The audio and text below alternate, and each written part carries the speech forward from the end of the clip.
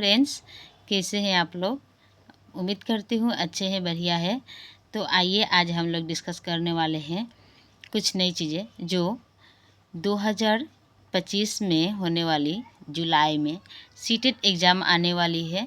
तो उनके ऊपर, उस एग्ज़ाम के ऊपर कुछ आज हमने एक आप लोगों के पास एक टॉपिक्स लाई है।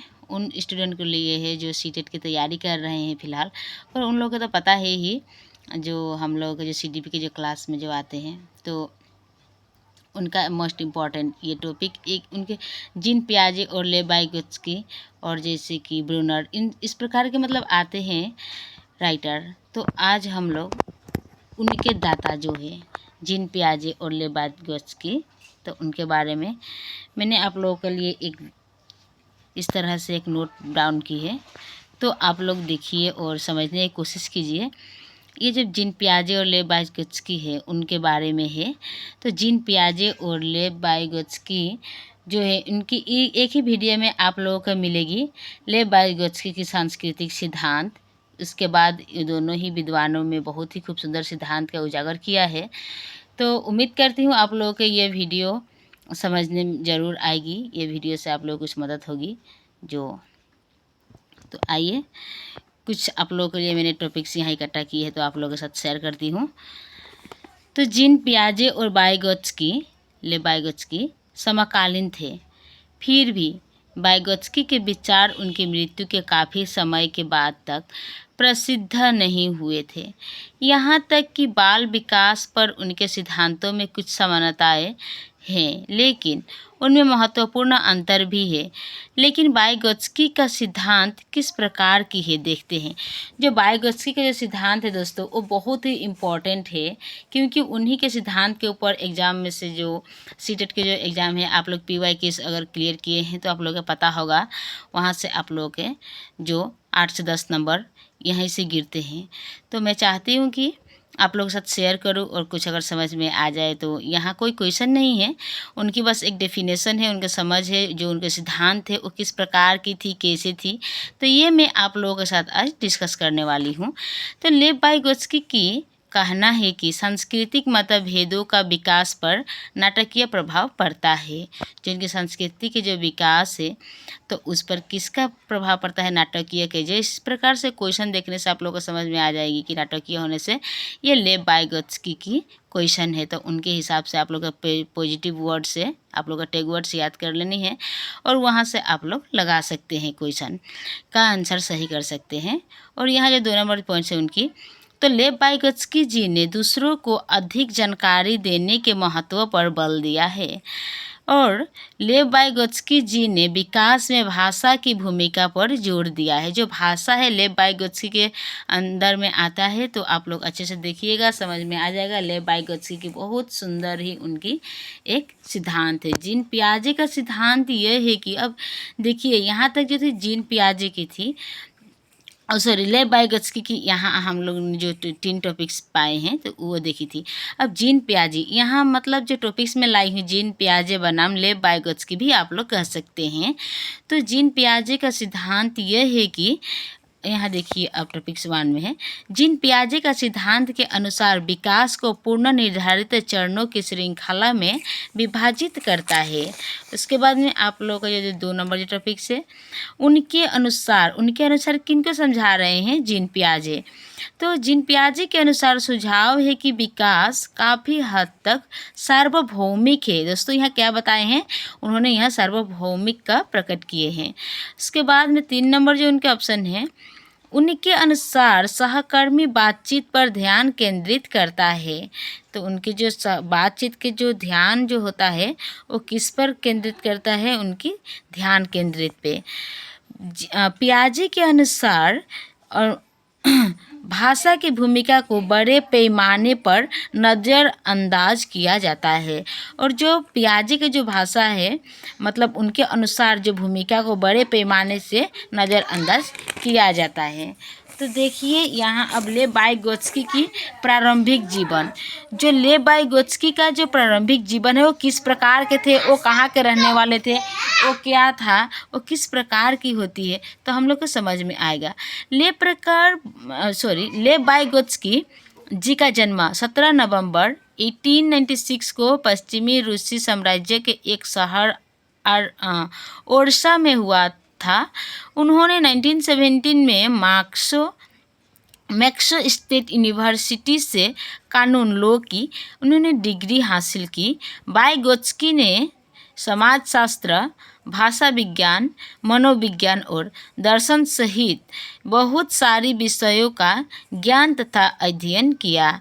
लेव वाइगोत्स्की का मनोविज्ञान में उनका औपचारिक कार्य 1924 में मार्क्सो के मनोविज्ञान संस्थान में शुरू हुआ। वाइगोत्स्की 1925 में अपनी कला के मनोविज्ञान पर एक शोध प्रबंध पूरा किया, परंतु एक तीव्र तपेदिक पुनरावृत्ति के कारण उनकी अनुपस्थिति में डिग्री प्रदान की गई थी, जिसके कारण वाइगोत्स्की जी ने 1 साल के लिए पूरी तरह से अक्षम हो गए। तो देखिए आप लोग उनकी कितनी दुख भरी कहानी है। लेव वाइगोत्स्की के सिद्धांत बहुत ही इम्पोर्टेंट है। जो वाइगोत्स्की के सिद्धांत है यहाँ से तो क्वेश्चन बनते ही हैं, तो आप लोग PYQs देखिए होंगे तो आप लोगों को समझ में आ जाएंगे। देखिए अब हम लोग इसको थोड़ा विस्तार में देखते हैं कि उनके सिद्धांत किस प्रकार की रही थी। लेव वाइगोत्स्की एक विपुल लेखक थे जिन्होंने सिर्फ 10 वर्षों में ही मनोविज्ञान पर 6 किताबें प्रकाशित की। वाइगोत्स्की की रुचियाँ विविध प्रकार की थी, लेकिन ज़्यादातर उनकी नज़र दृष्टि बाल विकास, शिक्षा, कला के मनोविज्ञान और भाषा विकास पर केंद्रित थी। वाइगोत्स्की जी ने संस्कृति और समाज में बच्चों के सीखने और पढ़ने के लिए उनके बारे में बहुत सारा महत्वपूर्ण सिद्धांत विकसित किए। सामाजिक सांस्कृतिक सिद्धांत जो उनकी जो लेव वाइगोत्स्की की जो थी वो सामाजिक सांस्कृतिक सामाजिक सिद्धांत के बारे में बताते हुए वाइगोत्स्की जी ने यह भी कथन के माध्यम से सुझाव दिया है कि मानव विकास व्यक्ति और समाज के बीच गतिशील मनोबल तथा अंतःक्रिया से होता है। यह अंतःक्रिया कुछ इस प्रकार की आगे बढ़ने में सहायक होती है। अंतःक्रिया के माध्यम से बच्चे माता पिता और शिक्षकों से धीरे धीरे और ज़्यादातर लगातार सीखने लगते हैं। अर्थात यह जो सीख मिलती है यह एक संस्कृति से दूसरी संस्कृति में भिन्न भिन्न होती है, लेकिन महत्वपूर्ण बात यह है कि वाइगोत्स्की का सिद्धांत बातचीत की गतिशील पर प्रकृति जोर देता है। उनके अनुसार समाज केवल लोगों को प्रभावित नहीं करता है, लोग भी यहाँ अपने समाज को प्रभावित करता है। तो देखिए उनकी क्या मानना है, क्या कहना है। बहुत ही सुंदर उन्होंने कुछ लाइन लिखी है। सीखना केवल सोचने की क्षमता प्राप्त करने से कहीं अधिक है। यह विभिन्न चीज़ों के बारे में सोचने के लिए अनेक विशिष्ट क्षमताओं को प्राप्त करना है। तो यहाँ उनकी कुछ सिद्धांत थी। और लेव वाइगोत्स्की का मनोविज्ञान में योगदान किस प्रकार की रही थी, उनकी मृत्यु किस प्रकार से हुई, तो हमने आप लोगों के पास लाई है इस तरह की वीडियोस, क्योंकि इसमें सारी चीज़ें एक साथ आपको मिलने वाली है। तो आप लोग वीडियो को स्किप ना करते हुए एंड तक जरूर देखिए। लेव वाइगोत्स्की 11 जून 1934 को तपेदिक के कारण उनका मृत्यु हो गई। उस समय वाइगोत्स्की मात्र 37 वर्ष के थे। उसके बाद में क्या हुआ, फिर भी वाइगोत्स्की को मनोविज्ञान में एक रचनात्मक विचारक माना जाता है तथा उनके अधिकांश कार्य की आज भी खोज और अन्वेषण किया जा रहा है। हालांकि वाइगोत्स्की जी ने स्किनर, पाउलो, फ्रायड और पियागेट के समकालीन थे, परंतु वाइगोत्स्की अपने जीवन काल में कभी भी उनके स्तर के ख्याति प्राप्त नहीं कर पाए।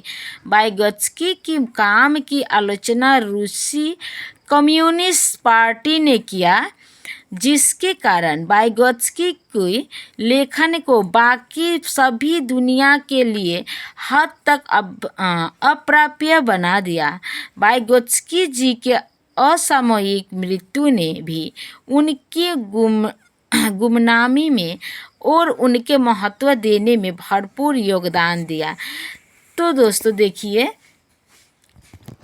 आप लोगों के पास ये थे लेव वाइगोत्स्की के मनोविज्ञान में योगदान, और इस तरह की लेव वाइगोत्स्की और आपकी दो हमने यहाँ महान विद्वानों के नाम आपके सामने दो जन के सिद्धांत के ऊपर बताई है, तो जीन पियाजे और लेव वाइगोत्स्की।